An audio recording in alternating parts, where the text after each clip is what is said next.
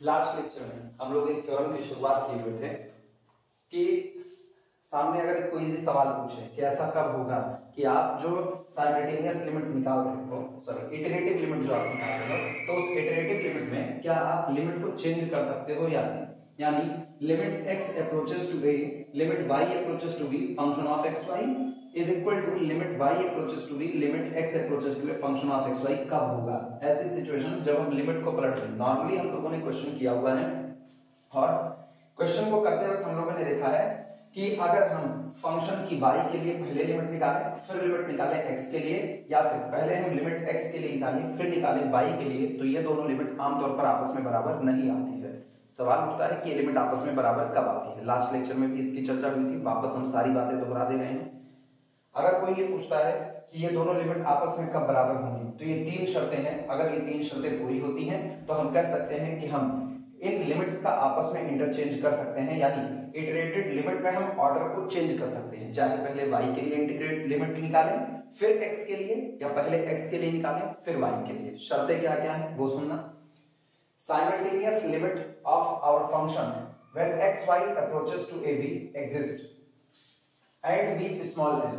पहली शर्त यह है कि आपके फंक्शन की साइमल्टेनियस लिमिट एग्जिस्ट करनी चाहिए। सबसे पहली शर्त है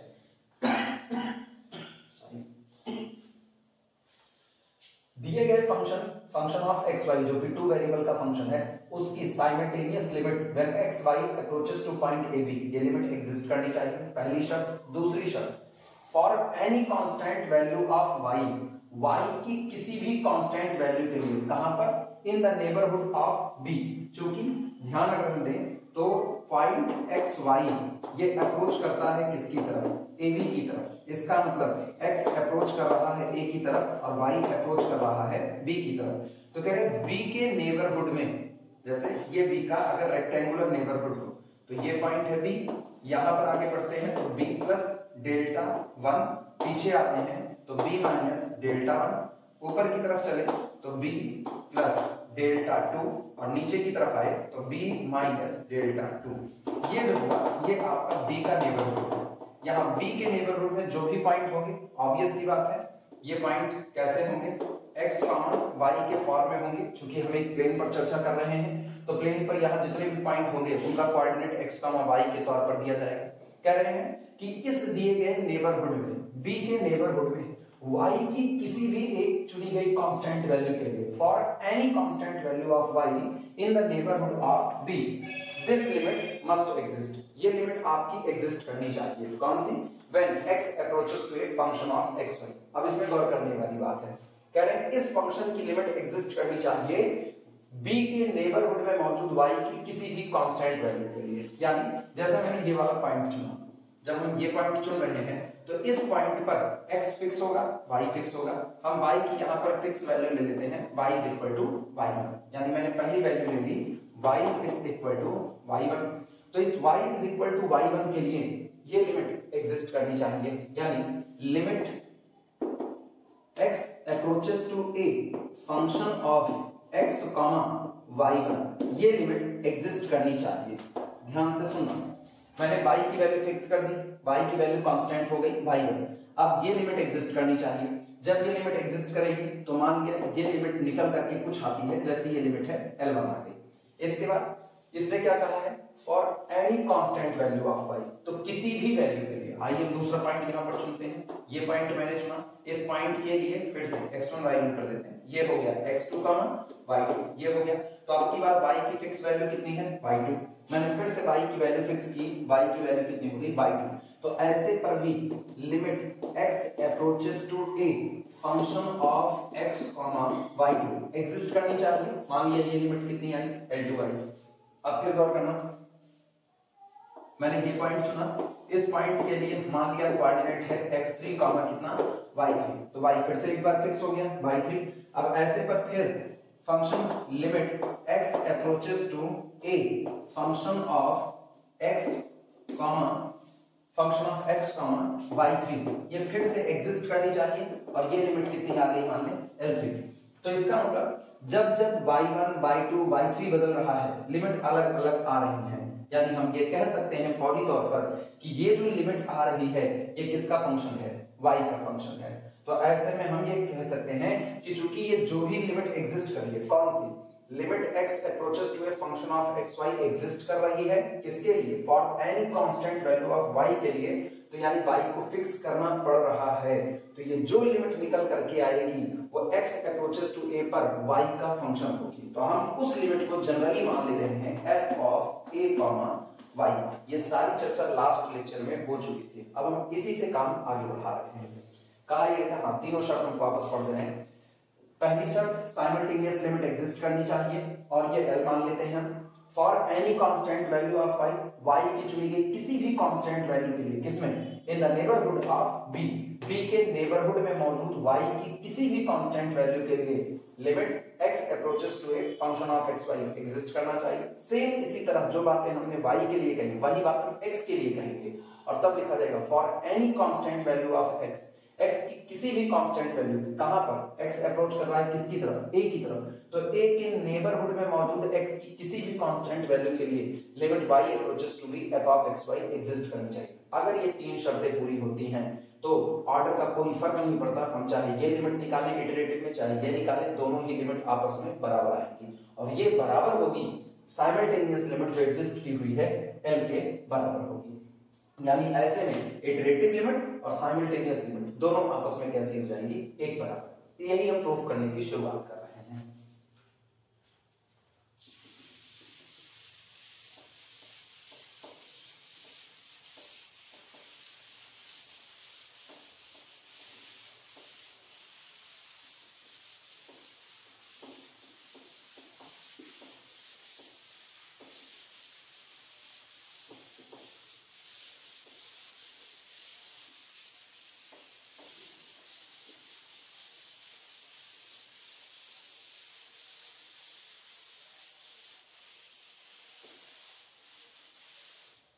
चलो लिखने की शुरुआत करना। प्रूफ है,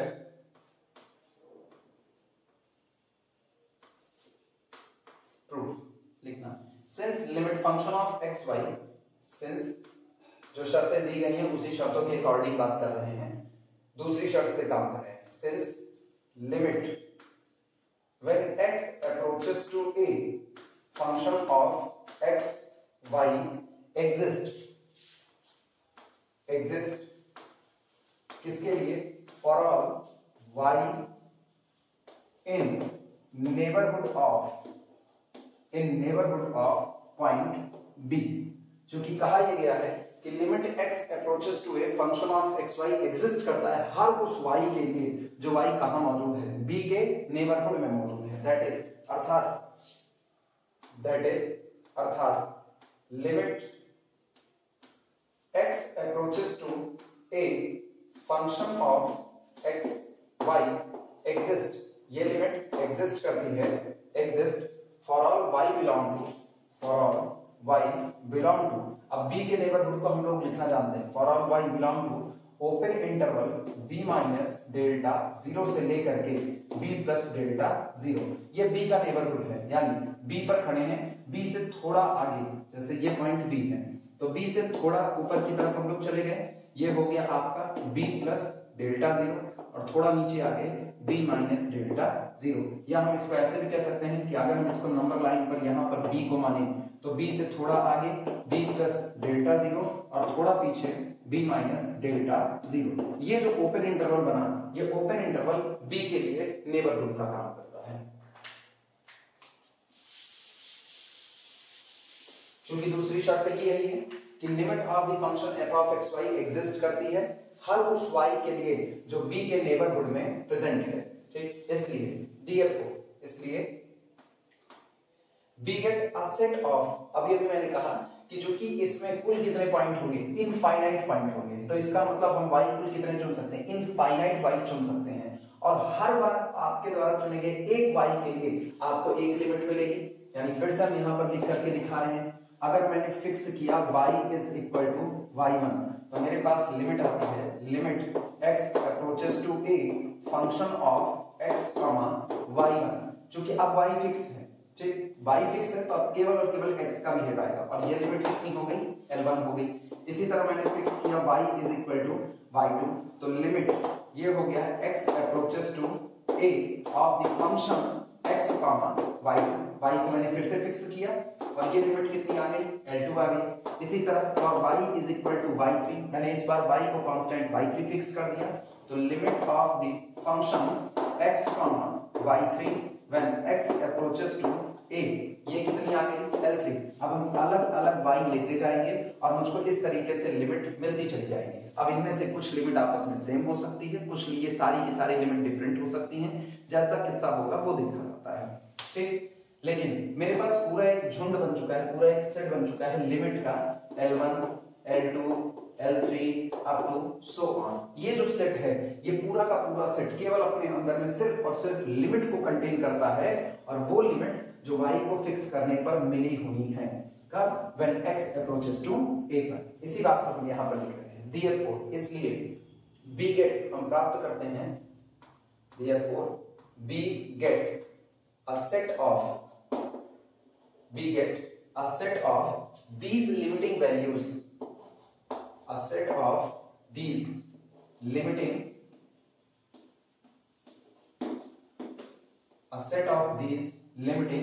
values, हम इन लिमिटिंग वैल्यूज का एक पूरा का पूरा सेट फाइंड आउट करते हैं। ठीक, लिमिटिंग वैल्यूज विच डिफाइंस, जो कि परिभाषित है, विच डिफाइंस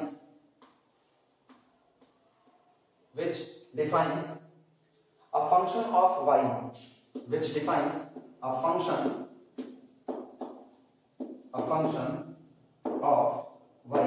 अभी भी मैंने कहा था कि अगर आप y को y1 फिक्स कर रहे हो तो आपको ये लिमिट मिल रही है, आप y बराबर y2 कर रहे हो तो आपको लिमिट L2 मिल रही है, y बराबर y3 करने पर लिमिट L3 मिली। तो इसका मतलब ये जो लिमिट मिल रही हैं ये y को फिक्स करने पर मिल रही हैं और x अप्रोचेस टू a पर मिल रही है। तो वो ठीक ये x का फंक्शन है, लेकिन एक्चुअली में अगर देखा जाए तो हम y को फिक्स करने पर एक लिमिट पा रहे हैं। तो जब y का भी इसमें रोल है तो हम कह सकते हैं कि ये जो लिमिट आ रही है ये लिमिट किसका फंक्शन है, y का फंक्शन है। इसी चीज को लिख रहे हैं, we get a set of these limiting values, हम एक सेट पाते हैं लिमिटिंग वैल्यूज का, which defines a function of y, जो कि y के किसी फंक्शन को डिफाइन कर रही है। ठीक, और हम इस फंक्शन को मान लेते हैं अपनी मर्जी से capital F of a comma y, capital F of a comma y। इसका मतलब अगर हम इसमें बात करें तो F of a comma y कौन है, ये वो, चूंकि ये लिमिट फंक्शन है तो ये आपको वो लिमिट देगा जो y बराबर y1 फिक्स करने पर मिला, तो यानी f of a y1 is equal to L1 होगा। अगला सुना, चूंकि ये लिमिट फंक्शन है और ये तब है जब आप y को बार बार फिक्स कर रहे हो तब आपको ये मिल रहा है, तो इसका मतलब f ऑफ a y2 ये कौन होगा, L2। जिनको अभी भी दिक्कत लगे फिर उनको बता रहे हैं एक्चुअल में हुआ क्या कि limit x approaches to a function of x y, ये जो आया ये आपका आया f ऑफ a y, ये आया। अब अगर हम y is equal to y1 fix करते हैं तो मुझको क्या मिला, मुझे मिला limit x approaches to a function of x y1 is equal to f of a y1, और ये मेरे पास कौन है, ये L1 है। इसी तरह से अगर हम y is equal to y2 fix करते हैं तो मुझे मिलता है limit x approaches to a function of x y2 is equal to, ये है f ऑफ a y2, और एक्चुअल में इसी को हमने क्या माना हुआ था, L2 माना हुआ था। तो ये जो f ऑफ a y है, ये f ऑफ a y आपके लिए लिमिट फंक्शन का काम कर रहा है कि वो फंक्शन जो y की फिक्स वैल्यू देने पर आपको पहली लिमिट, दूसरी लिमिट, तीसरी लिमिट ये सब देता चला जाएगा।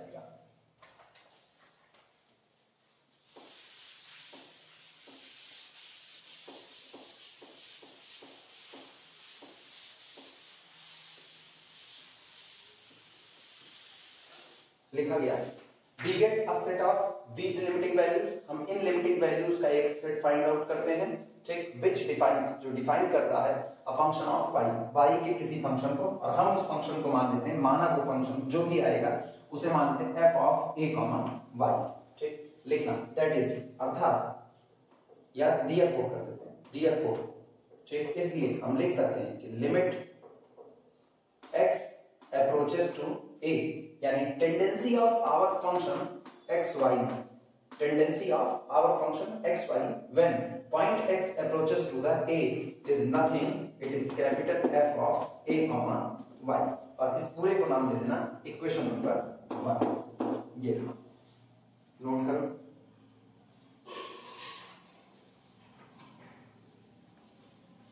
ये याद रखना, ये सिर्फ और सिर्फ एक टेंडेंसी है, तो जो लिमिट होती है वो value of the function at that point के बराबर हो भी सकती है और नहीं भी। अगर हम इसको देखें तो मेरा ओरिजिनल फंक्शन कौन था? मेरा ओरिजिनल फंक्शन था फंक्शन ऑफ एक्स वाई, और लिमिट क्या निकल करके आई है? F of A comma Y, और ये लिमिट कब निकली है? जब एक्स अप्रोच कर रहा है किस पर? ए पर। तो इसका मतलब एक्स बराबर ए पर फंक्शन की वैल्यू और एक्स अप्रोचेस टू ए पर आपकी लिमिट, ये दोनों आपस में बराबर, यानी एफ ऑफ ए वाई और capital F of A Y आपस में बराबर हो भी सकती है और नहीं भी। हमेशा याद रखना, लिमिट और वैल्यू ऑफ द फंक्शन ये कौन है? ये लिमिट है, और अगर हम यहाँ x बराबर a रखते हैं तो ये वैल्यू ऑफ द फंक्शन है एट द पॉइंट a। तो लिमिट और वैल्यू ऑफ द फंक्शन जिस दिन ये दोनों आपस में बराबर हो जाते हैं उस दिन कंटिन्यूटी होती है, लेकिन अगर ये दोनों आपस में बराबर नहीं है तो आपका फंक्शन डिसकंटिन्यूअस होता है। तो दिमाग में इस बात को बैठाना कि जो f ऑफ a y आया हुआ है ये the value of the function at that point के बराबर हो भी सकता है और नहीं भी। मेंशन कर देना इस बात को।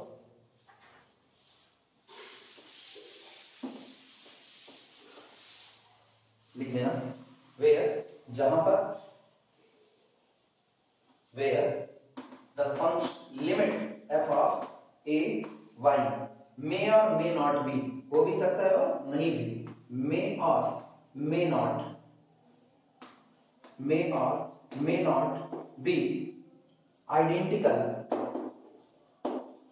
मे और may not be identical with the value of the function at point, यानी with f of a comma y, ये f of a comma y के बराबर हो भी सकता है और नहीं भी हो सकता है। नोट करो। अब हम इसी लिमिट को एप्सिलॉन डेल्टा डेफिनेशन पर रख देते हैं।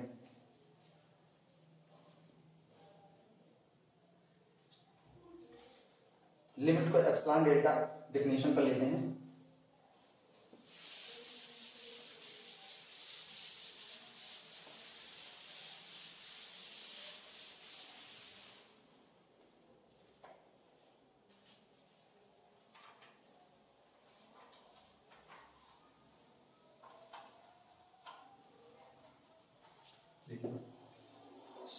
इसलिए ठीक याद करो, वन वेरिएबल की तरफ आ रहे हैं। वन वेरिएबल हम कहते हैं कि अगर लिखना, ये वाली बात अभी मत लिखना, हम लोग लिखते हैं अगर limit of the function f of x is equal to l है। कब? जब x अप्रोच करता है पर्टिकुलर किसी वैल्यू a की तरफ, तब उस वक्त हम लिखते हैं कि for any given epsilon greater than 0 there exist, यहाँ मौजूद होगा a delta greater than 0 depend on the epsilon. For any epsilon greater than 0, there exists a delta depend on the epsilon such that the difference between our function f of x and this number L can be made arbitrarily small. जितना चाहो उतना आप इसको छोटा यानी less than epsilon बना सकते हो। कब? Whenever, जब कभी the difference between this point x and the point where it approaches x and a less than delta, ये कंडीशन होती है वन वेरिएबल में। हम कहते हैं जिन लोगों को ये बातें नहीं समझ में आ रही हैं वो लोग समझें। जैसे मैंने यहाँ पर एक ग्राफ के माफिक समझा रहा है इसको, मान लो ये फंक्शन है, ठीक, अभी हम कॉन्टिन्यूअस लेके चल रहे हैं समझने के लिए, और ये पॉइंट है x is equal to a। यहाँ पर ये वैल्यू अगर हम देखें तो ये वैल्यू कितनी है? l। अब फंक्शन क्या करता है? या x वो x a की तरफ अप्रोच करने की कोशिश करता है।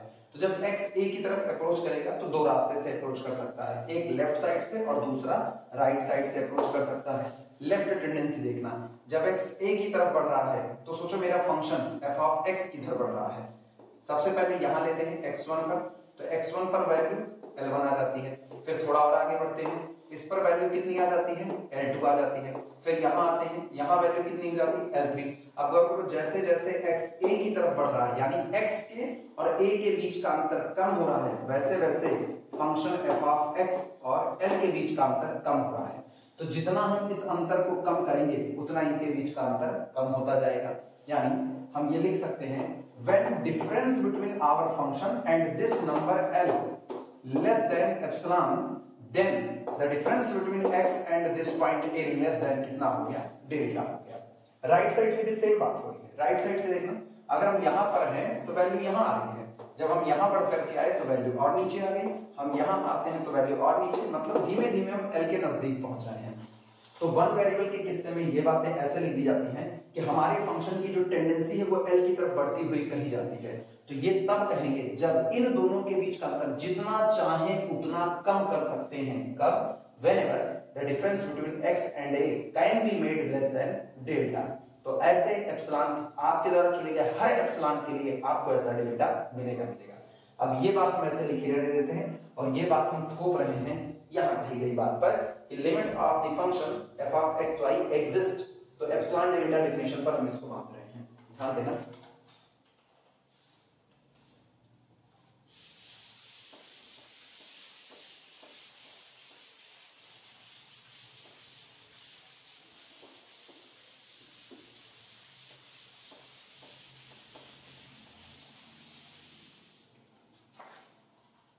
यहां कहा गया कि limit of the function f of x y is equal to this.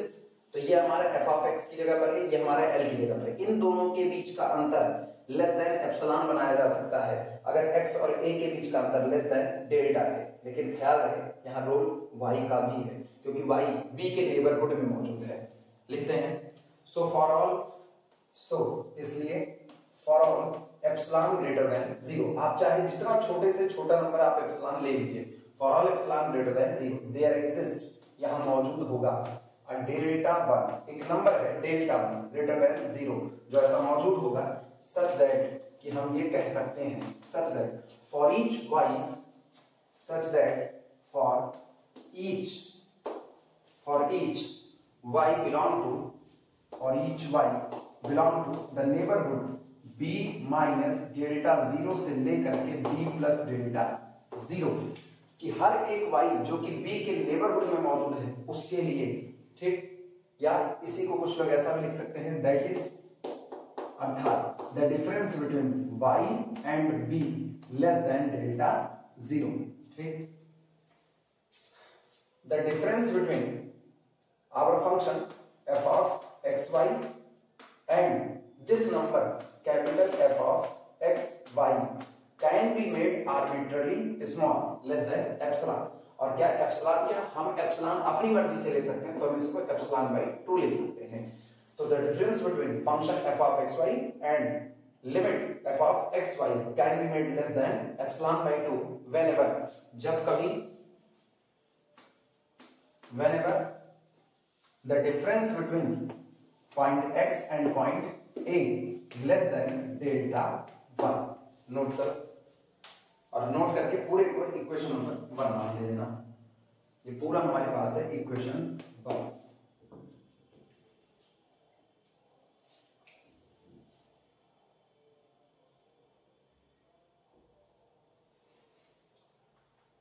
कहा ये जा रहा है, ये फंक्शन है फंक्शन ऑफ एक्स वाई, ये वो नंबर है कैपिटल एफ ऑफ, सॉरी ये ए वाई होना चाहिए था, एक्स वाई लिख दिया इसको, ए वाई, ये नंबर है एफ ऑफ ए वाई। जैसे जैसे एक्स नजदीक पहुंच रहा है ए के, वैसे वैसे ये function F of x Y नजदीक पहुंच रहा है एफ ऑफ ए वाई के। यानी जितना इनके बीच का अंतर कम होता जाएगा उतना एक्स और ए के बीच का अंतर भी कम होता जाएगा। लेकिन ये सारी बातें हो किसके लिए? ये सारी बातें हो रही हैं तब जब y आपका b के नेबरहुड से चुना जा रहा है, क्योंकि हम y को एक बार कांस्टेंट कर रहे हैं, फिर हम ये बात कर रहे हैं, फिर y कांस्टेंट कर रहे हैं, फिर ये बात कर रहे हैं, फिर y कांस्टेंट कर रहे हैं, फिर यही बात कर रहे हैं। तो हर बार मेरा y b के नेबरहुड में चुना जा रहा है, तो चाहे हम लिख दें y belong to neighbourhood of b और चाहे लिख दें the difference between y and b less than delta 0। तो जितना आप इन दोनों के बीच का अंतर कम करोगे ये तब होगा जब x और a के भी बीच का अंतर एक पर्टिकुलर नंबर से कम होता जाएगा। इसी चीज को मैंने लिखा, the difference between our function f of xy and this number f of ay can be made arbitrarily small. जितना चाहे उतना छोटा बना सकते हैं। अगर हम जितना चाहे उतना छोटा ना बना पाए तो मेरी टेंडेंसी किसी फंक्शन की तरफ या किसी पर्टिकुलर नंबर की तरफ बढ़ती हुई नहीं कही जा सकती है। Whenever, जब कभी difference between x and a can be made less than delta. अब आगे लिखते हैं इसमें,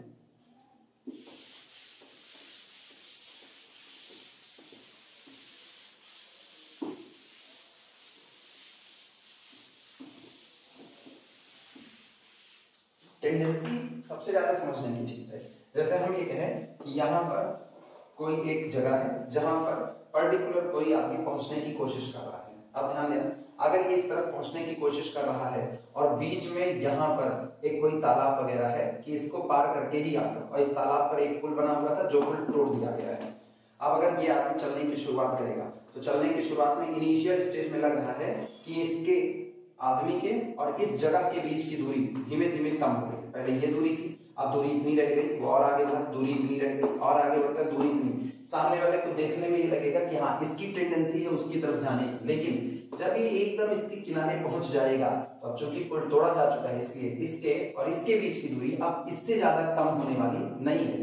तब कहा जाएगा कि इसकी टेंडेंसी इसकी तरफ पहुंचने की थी तो लेकिन ये पहुंच नहीं सकता है, यानी अब टेंडेंसी नहीं रह गई है। टेंडेंसी जब भी देखी जाती है एकदम नजदीक से देखी जाती है, बहुत दूर से हम टेंडेंसी नहीं देख रहे होते हैं।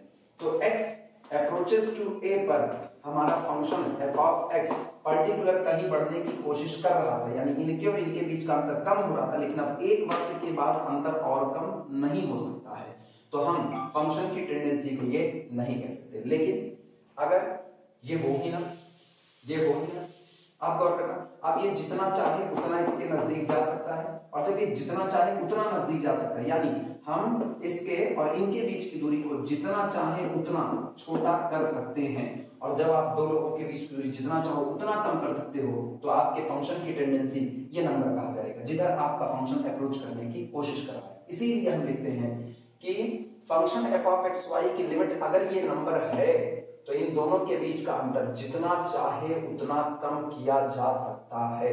हम ये नहीं कर रहे हैं कि अंतर खत्म किया जा सकता है, जितना चाहे उतना कम किया जा सकता है। ठीक, जिस दिन अंतर खत्म हो गया उस दिन लिमिट ऑफ द फंक्शन और value of the function at that point दोनों आपस में बराबर हो गए, और दोनों बराबर होने का मतलब फंक्शन कॉन्टिन्यूअस हो गया।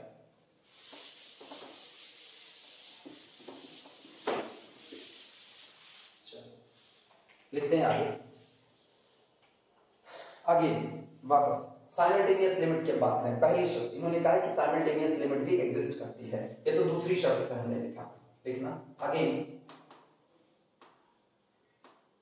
Again comma, since the simultaneous limit since the simultaneous limit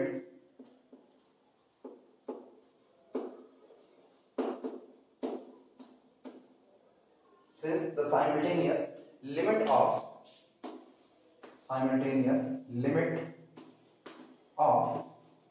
function of x y, since the simultaneous limit of function of x y at the point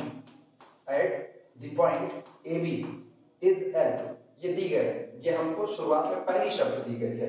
अगर थ्योरम में पहली शर्त देखो तो वहां यही कहा गया है कि साइमल्टेनियस लिमिट एग्जिस्ट करे और when X Y approaches to A B हो तो साइमल्टेनियस लिमिट कितनी मानी गई है, L मानी गई। इसी बात को हम उठा रहे हैं, चूंकि ये कहा गया है कि simultaneous limit when x approaches to ab है, एग्जिस्ट करती है और किसके बराबर है, L के बराबर, तो फिर यही एप्सिलॉन डेल्टा की बात कर रहे हैं। इसका मतलब ये हुआ कि this implies that there exist, यहां मौजूद होगा अ डेल्टा 2 ग्रेटर देन 0, एक नंबर डेल्टा 2 ग्रेटर देन 0 ऐसा होगा, सच दैट कैसा, such that the difference between f of xy, the difference between f of xy and this number L can be made less than arbitrarily small, जितना चाहे उतना कम कर सकते हैं। बात वही है, अगर किसी फंक्शन की टेंडेंसी किसकी तरफ बढ़ने की है तो आप उन दोनों के बीच का अंतर जितना चाहे उतना कम कर सकते हैं। इसीलिए हम लिख रहे हैं कि आप ये खुद कह रहे हो, पहली कंडीशन आपने कही है कि फंक्शन ऑफ एक्स वाई की साइमल्टेनियस लिमिट कितनी है, L, तो यानी फंक्शन की टेंडेंसी है किसकी तरफ बढ़ने की, L की तरफ बढ़ने की। कब, जब एक्स वाई की टेंडेंसी है AB की तरफ बढ़ने की। तो आप इन दोनों के बीच का अंतर जितना चाहे उतना कम कर सकते हैं। कब, जब अंतर कम होगा एक्स वाई और किसके बीच का, ए बी के बीच का अंतर लेस देन कितना होगा, डेल्टा टू। लेकिन अब ख्याल रखना, हम इसको और एक्सप्लेन करके लिखेंगे। अगर एक्स वाई और ए बी के बीच का अंतर लेस देन डेल्टा टू होने जा रहा है तो इसका मतलब एक्स और ए के भी बीच का अंतर कम हो रहा है और वाई के और बी के भी बीच का अंतर कम हो रहा है। तो ये दो बातें हम अलग अलग लिखते हैं।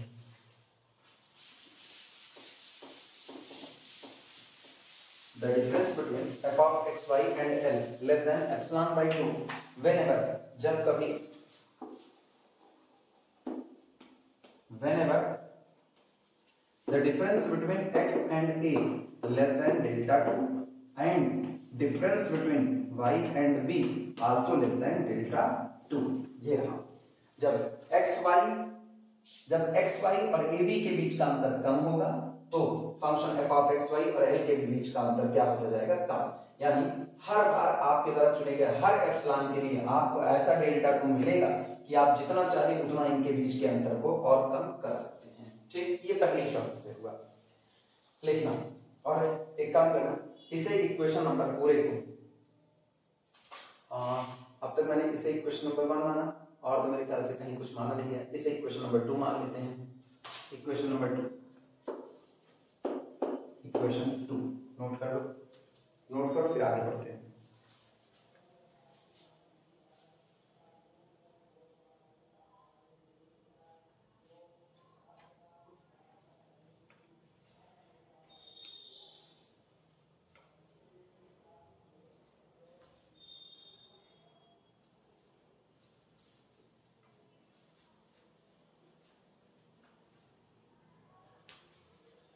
अब अगर एक बात पर ध्यान दिया जाए तो शुरू में मैंने क्या लिखा, यहाँ पर यहाँ मैंने लिखा the difference between y and b less than delta 0।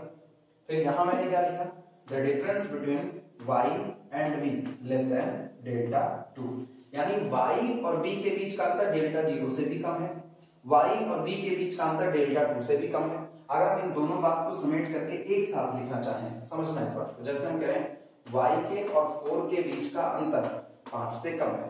दूसरी बात मैंने कही y के और 4 के बीच का अंतर 3 से कम है। तो यानी हम इन दोनों बातों को अगर एक ही नंबर से लिखना चाहें तो हम कह सकते हैं y के और 4 के बीच का अंतर 3 से कम। बस एक ही मिनिमम को चुन ले, मेरा काम हो जाएगा।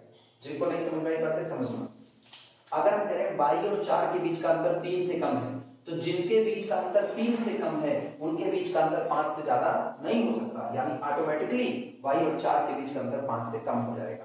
तो ये कहना है कि अगर हम इन दो नंबर से काम करने के बजाय सिंगल एक नंबर से काम करें मेरे लिए ज्यादा आसान होगा। तो हम क्या करेंगे, इन दोनों नंबर में से मिनिमम को चुन लो।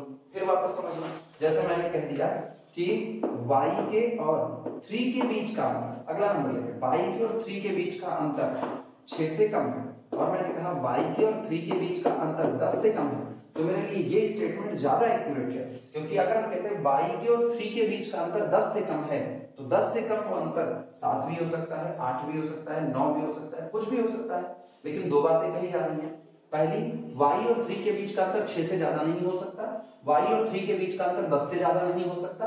अगर हम एक बात पकड़ लें कि y और 3 के बीच का अंतर 6 से ज्यादा नहीं हो सकता, तो जो 6 से ज्यादा नहीं हो सकता वो 10 से भी ज्यादा नहीं हो सकता है। इसीलिए मेरे लिए ज्यादा एक्यूरेट स्टेटमेंट ऊपर वाला होगा। तो एक बार मैंने लिखा y की और b के बीच का अंतर लेस देन डेल्टा 0, एक बार मैंने लिखा y की और b के बीच का अंतर लेस देन डेल्टा 2। यानी डेल्टा 0 और डेल्टा 2 में जो मिनिमा होगा उसको सेलेक्ट करने ये दोनों इनइक्वालिटी एक साथ लिखी जा सकती है। लिख रहे हैं इसी बात को।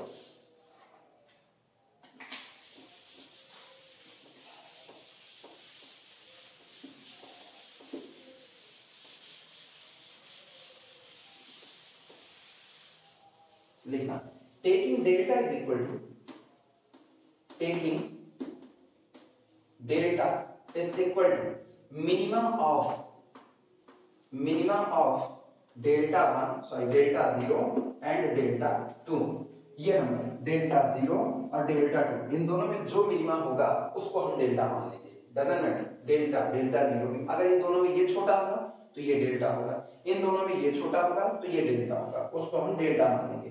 तो बी गेट, तब हम पाएंगे B get for all y satisfying satisfying the difference between y and b less than delta. अब डेल्टा लिख दिया तो इसका मतलब जो मिनिमम होगा वो वहां पर लिखा गया है, y and b less than delta. The difference between f of a y।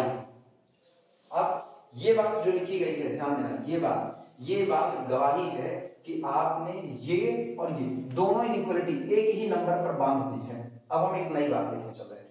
हमको कहना क्या है?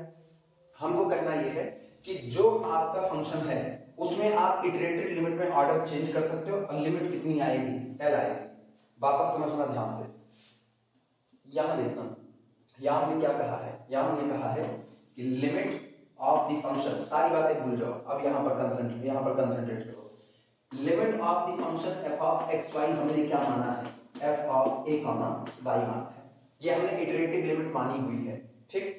अब हम कर क्या रहे हैं, और ये तब माना हुआ है जब x अप्रोच कर रहा है a की तरफ और y कैसा है? कांस्टेंट है। हमको ये दिखाना है कि अगर ऐसा कुछ है कि ये तीनों शर्तें पूरी हो रही हैं तो हमारे फंक्शन की जो लिमिट होगी वो साइमल्टेनियस लिमिट l के बराबर होगी। तो चलो f ऑफ a y और l इनके बीच का अंतर निकालते हैं। अगर इनके बीच का अंतर खत्म होता चला जा रहा है तो इसका मतलब एक्चुअल में f ऑफ a y कुछ और नहीं बल्कि कौन है? l है। यानी हमारे फंक्शन की इटरेटिव लिमिट, साइमल्टेनियस लिमिट सब बराबर होके किसके हो गई है? l के बराबर। तो इनके और इनके बीच का अंतर निकाल रहे हैं, देखना।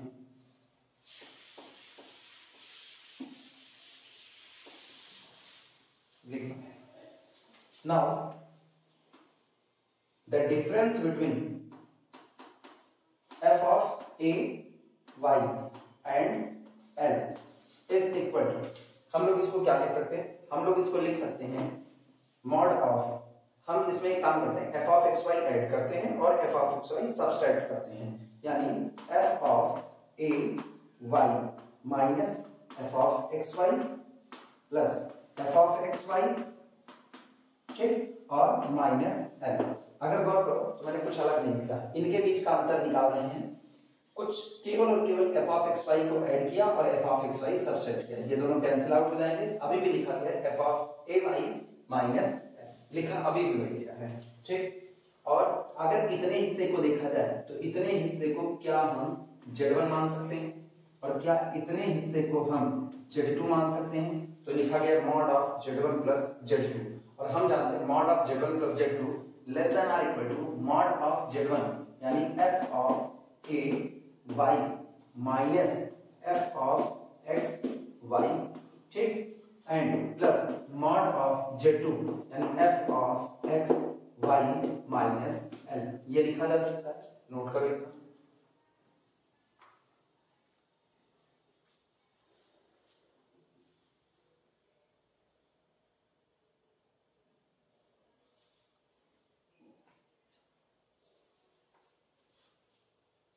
इनइक्वालिटी को देखें तो मेरे पास इसकी वैल्यू पड़ी हुई है, इन दोनों का डिफरेंस देखना, इन दोनों का difference less than epsilon by 2 है।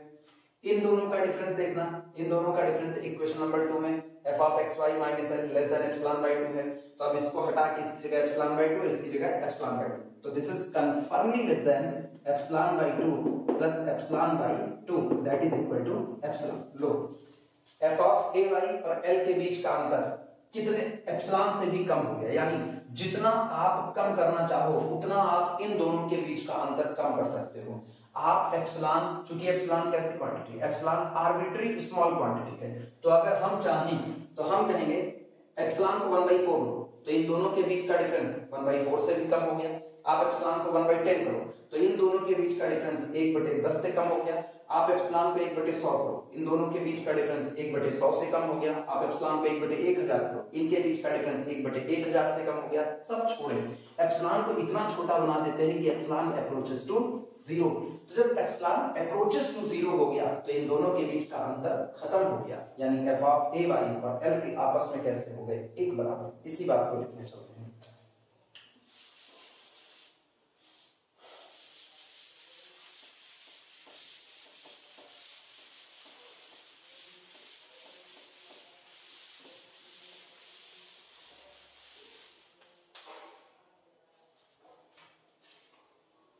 लिखना, इट गिव्स दैट, ये आपको देता है कि it gives that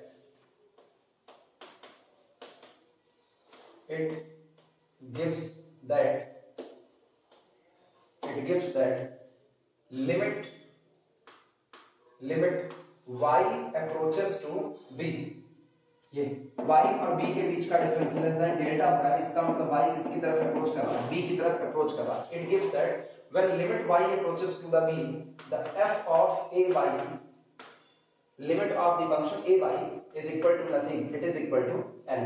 ये बन गया। अच्छा अब गौर करना, जब limit of this function is equal to l, लेकिन हम इसको जानते हैं ये कौन है। अगर इसकी बात करें तो इसको हमने शुरू में लिख दिया है कि ये, पहले तो हम ये लिख रहे हैं, कुछ लिखना मतलब तो सिर्फ ये लिखते रहो, लिमिट बाहर मैंने रख दिया y अप्रोचेस टू b, लेकिन इनको पहचानो तो ये भी एक लिमिट थी, शुरू में ये दिया गया था, it is limit of the function x y when x approaches to a, यानी इसकी जगह पर मैंने इसकी वैल्यू रख दी और दिस इज इक्वल टू कितना l। तुम गौर करो तो ये इटरेटिव लिमिट आ चुकी है, जब पहले हम x की लिमिट निकाल रहे थे फिर किसकी निकाल रहे थे, y की। सेम यही सारा प्रोसेस करते हुए हम दिखा सकते हैं कि limit x approaches to a, y approaches to b, function of xy is equal to l। वो करने की जरूरत नहीं, उसको हम सिमिलरली लिख करके पार कर जाएंगे। ठीक, लिखना similarly we can prove that, इसी तरह से हम प्रूव कर सकते हैं कि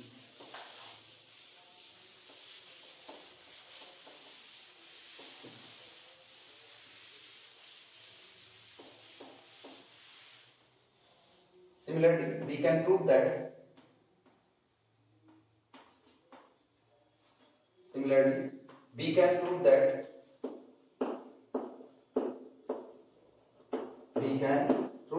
इसी तरह से हम ये साबित कर सकते हैं कि limit when x approaches to a, limit y approaches to b of function of x y is equal to again l।